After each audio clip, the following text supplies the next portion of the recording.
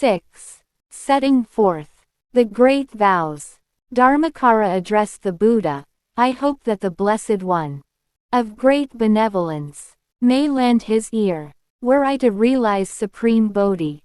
Vows 1-2, and become a Buddha, my Buddha field would be replete with an immeasurable and unimaginable array of virtues and adornments. There would be no denizens of hell, no hungry ghosts, no birds, no beasts, no crawling, flying and wriggling creatures, all beings, including those ensnared in Yama's realm. Lord of Death, within the three evil paths, would be reborn in my land, and be transformed by my Dharma. All would achieve perfect Sambodhi, never again descending into evil destinations. If this vow is fulfilled, I have become a Buddha. If it remains unfulfilled, I have not attained supreme Sambodhi. Were I to become a Buddha. Vows 3-5. All beings in the realms in the 10 directions reborn in my land would possess bodies of pure gold, and the 32 marks of a great man, i.e. of a Buddha. A uniform appearance, upright and pure, so long as there are differences in form and appearance and the concepts of beauty and ugliness still exist. I have not attained Sambodhi. Were I to become a Buddha. Vows 6-8. Beings reborn in my land would be aware of the good and evil actions committed in their past lives over innumerable eons. Every being would possess piercing vision and penetrating hearing, knowing the past, present and future affairs of all in the 10 directions. If this vow is not fulfilled, I have not attained Sambodhi. Were I to become a Buddha. Vow 9. All beings reborn in my land would possess the ability to read the minds of others. If they cannot read the minds of the sentient beings of 1 trillion Buddha lands, then I have not attained Sambodhi. Were I to become a Buddha.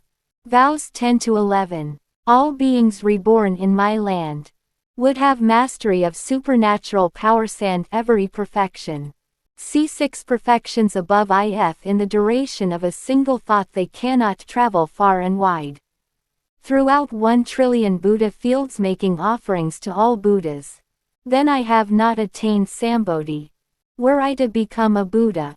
Vow 12. Beings reborn in my land would abandon false distinctions and remain serene in every faculty.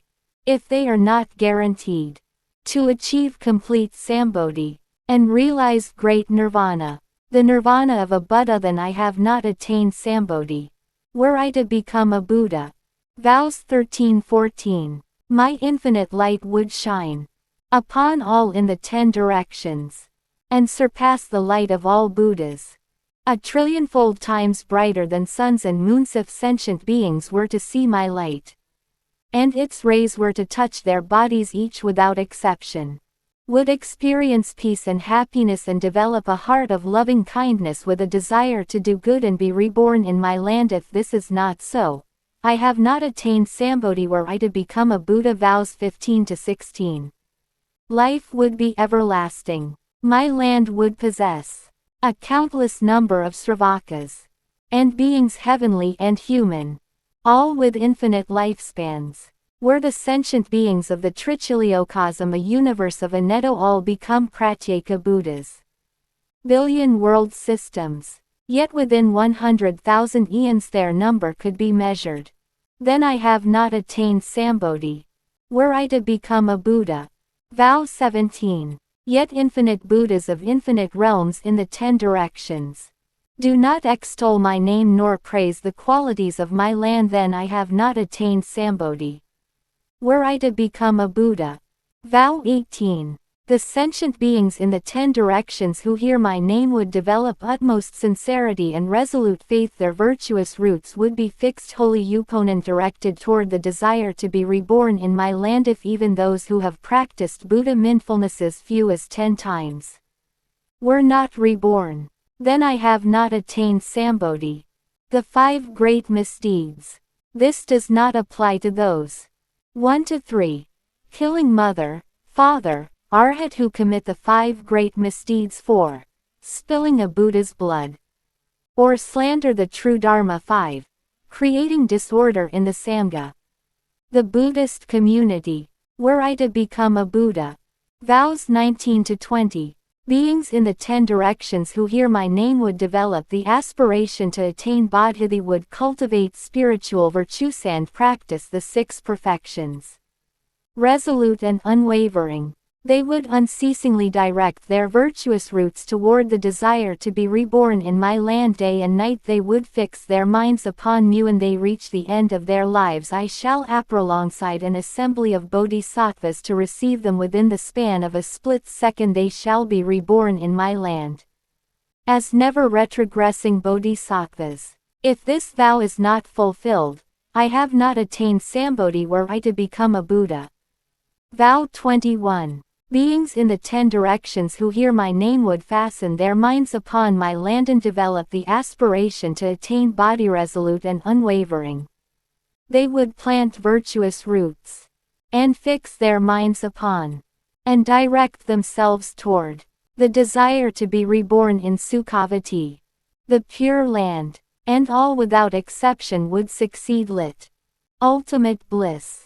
If those who, in past lives, committed evil deeds hear my name and immediately repent and vow to do good in service of the way and uphold the teachings and the precepts and desire to be reborn in my land, then, at the end of their lives, they shall never again enter the 3 evil paths. Instead they shall be reborn in my land. If this is not so, then I have not attained Sambodhi. Were I to become a Buddha. Vows 22-24. There would be no women in my land. If, after hearing my name, obtaining purity of faith, and developing a bodhi mind, women feel loathing and distress in the female form and desire to be reborn in my land, when their end comes, they shall be transformed immediately into male form and be reborn there. Every being in the 10 directions who comes to my land shall be transformed and reborn within a lotus flower, in a pond of. If this is not so, then I have not attained Sambodhi. Were I to become a Buddha.